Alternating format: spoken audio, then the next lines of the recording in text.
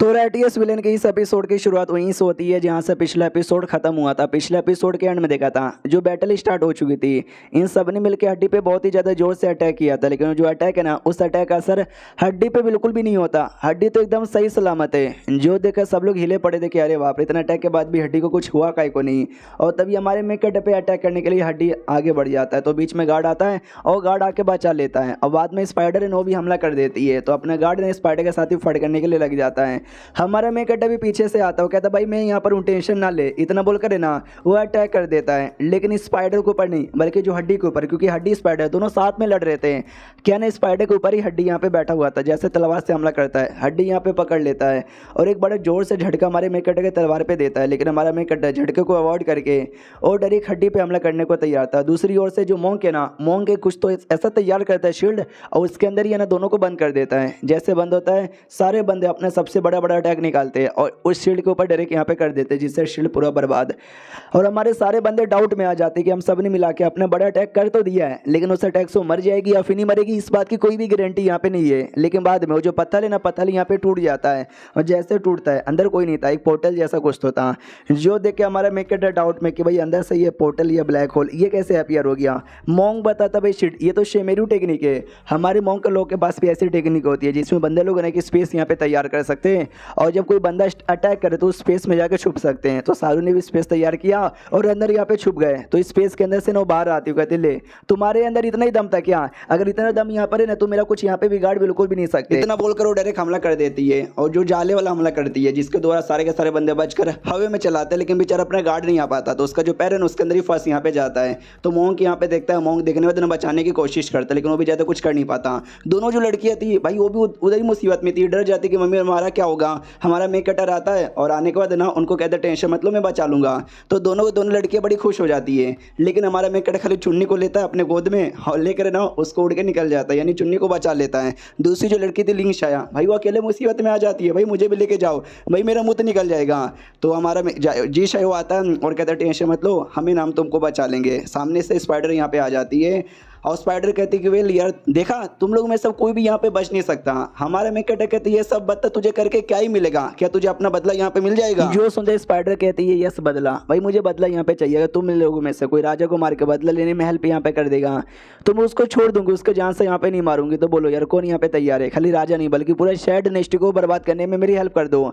जो सुन दे लोग कहते फक, हमारे आधे से ज़्यादा बंदे शेड नेस्ट के यहाँ पर है, हम तेरी हेल्प करके उनके साथ गद्दारी करें, बिल्कुल भी ऐसा नहीं करेंगे। शायू ये बातें बोलता है, डी कहते ही तो यार हम तुम्हारे लिए अपने देश को बिल्कुल भी गद्दारी नहीं करने वाले। मोंग भी कहता ऑफकोर्स भाई तुम्हारे लिए हम किसी मासूम आदमी को तो जान से नहीं मारेंगे। और ली भी एग्री नहीं करता।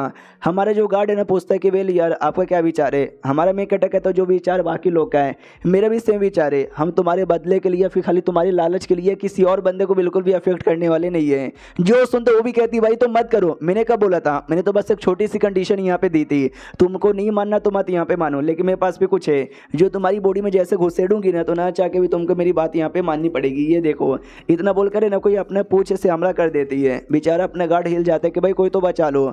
तो डीएनवो कोई टेक्निक यूज करता है, बड़ा सा बक्सा तैयार कर लेता है और स्पाइडर को उसके नीचे दबोच के मरवाने को तैयार था। लेकिन हड्डी जो कि स्पाइडर के ऊपर ही खड़ा था, वो जो भी अटैक कर रहा था उसको अपने हाथों से रोक देता है और पूरे दम लगा कर ना दूर फेंकने को तैयार था। दूसरी ओर डीएनवो भी लगा हुआ है, लेकिन तभी हड्डी अचानक से उसके पीछे आ जाता है। तो ये भी कहते साले तू मेरे पीछे कैसे आया? हड्डी हाथ लेता मुंह पे रखता है और जमीन पे उठा के पटक देता है। तो हमारा वो डीएनवो देखते कि बाप रे ये क्या हो गया। उतने में वापस से जो ली है ना, ली पीछे से हमला करने के लिए आता है हड्डी के पीछे और कहते हैं हड्डी तू तो गया, इतना बोल के तलवार चला देता है। तो जो हड्डी यहाँ पे था ना, हड्डी देख सकते हो उसका भी तलवार कितना आसानी से पकड़ लेता है और तलवार के ऊपर है ना कुछ तो करता है जिससे पूरा का पूरा तलवार बहुत ज़्यादा गर्म यहाँ पे हो जाता है और इतना गर्म हो जाता है ना कि सामने से वो पकड़ भी नहीं पाता। और जो हड्डी है ना, हड्डी वो सोड ले लेता है और जोर से हमला करके उसको ज़मीन पे पाड़ देता है। और बाद में जैसे ज़मीन पे पाड़ता है एक अटैक भी कर देता है, लेकिन हमारा मेकट बीच में आता है उसको बचा भी लेता है। तो सामने से ली भी कहते हैं कि लुओंग यार तू इसका बराबरी यहाँ पे नहीं कर सकता। वो कसम से बहुत बोले तो बहुत ही ज़्यादा स्ट्रॉन्ग यहाँ पर है। हमारा मेकट भी कहते वेल मानना ही पड़ेगा यार, उसका जो ड्रैगन स्केल बॉडी है ना वो उसको ज़्यादा कमाल का बनाता है। तो चुन्नी भी कहती है लेकिन आप मुझे कब से गोद में कह को लियो, अब मुझे यहाँ पे उतार सकते हो, मैं कोई छोटी बच्ची नहीं हूँ, अपने आप को बचा सकती हूँ और बचा के अपने आप को यहाँ से भगा भी सकती हूँ। सामने से स्पाइडर भी कहते क्या हुआ, इतना जल्दी तुम यहाँ पे हार भी गए? हमारा मेन कैरेक्टर सोचता हारा तो नहीं हूँ, लेकिन ये जो हड्डी यहाँ पर है ना यार इतना खतरनाक है कि मैं क्या यहाँ पे बताऊँ। हमको लगने तक अचानक से हड्डी जैसा भी कुछ हो जाएगा। उतने में गुफा के अंदर बड़े बड़े अजीब से रिएक्शन होने लग जाते, तो सब डाउट में कि चल क्या रहा है। एक लाइट आती है और लाइट भी बड़ा अजीब यहाँ पे था, जो देख के और भी ज़्यादा डाउट में कि भाई एक सेकंड ये है क्या भाई, लाइट समझ का को नहीं आ रहा। हाँ तो पता चलता है ये लाइट नहीं बल्कि एक अटैक यहाँ पे था, जो अटैक किसी और पे नहीं बल्कि अंदर जो दुश्मन थे उनके ऊपर आ रहे थे। और ये अटैक हमारे अकेडमी का जो मास्टर है ना, मास्टर ने किया था और अंदर ये हड्डी पे आ रहा था, जहाँ पे हड्डी भी पूरी रोकने की कोशिश करता है। हाँ तो उसकी बीबी यानी स्पाइडर भी चलाती, नहीं मेरे बाबू को छोड़ दो, मेरे बाबू को मत मैं यहाँ पे मारो। लेकिन भाई बहुत जोर से मारा जाता है बाबू पे, जिससे बाबू की पूरी हड्डी है ना वो तहस नहस यहाँ पे हो जाती है। और जो अंदर साइड यहाँ पे तस्सी करीम का सब कुछ बैक टू नॉर्मल हो जाता है, जो पहले जैसे था वैसा। तो ये लोग भी नोटिस करते, एक सेकंड इस स्पाइडर का जाला खत्म हो गया, लाओ जाओ यार तुम कहाँ पर हो, अभी तो यहीं पे था, अरे तुम कहाँ पे गए जल्दी से आओ। तो वो भी कहते हैं कि वेल मैं यहीं पर हूँ। और जाओ बेसिकली हमारे गार्ड का नाम है, यानी ये गार्ड को आवाज़ लगा रहा था, तो वो भी कहते वेल मैं यहीं पर हूँ। एक सेकंड एक बात मुझे समझ ही नहीं आती, जब अटैक हुआ था हाँ तो दुश्मन के बंदों का इफेक्ट पड़ा था, लेकिन हमको इफेक्ट यहाँ पे बिल्कुल भी नहीं पड़ा, ऐसे कैसे। तो बाद में शायद वो कहता है वो तो हमको भी नहीं पता, लेकिन पहले सारी चीज़ों के पीछे जो है ना उनके पीछे जाते, उस मॉन्स्टर को तो मैं ऐसे बिल्कुल भी निकलने नहीं देंगे। और तभी अपना गार्ड कहता है क्या हुआ, लगता है शायद वो यहाँ से डर के मारे भाग गया, नहीं पक्का हमने उसको मार दिया होगा। हमारा मेन कैरेक्टर भी कहता नहीं, जो तूने सबसे पहले बोला ना डर के मारे भाग गया, मुझे लगता है सच्ची में वो डर के मारे यहाँ पे भाग ही गया होगा। और क्या उतने में उनको आइडिया लगता है भाई आगे कुछ तो यहाँ पे हो रहा है। भाई वो क्या हो रहा है, धीरे धीरे आसमान में क्रैक आता है और देख सकते हैं बड़ा सा क्रैक ओपन हो जाता है। सब लोग कहते हो माय गॉड बैरियर, भाई एक बैरियर यहाँ पे लगा हुआ था, वो तो बैरियर कंप्लीटली यहाँ पे टूट गया। शिट, जो सुनते एक बंदा एकदम चौंक जाता है, कहता है क्या बैरियर यहाँ पे टूट गया।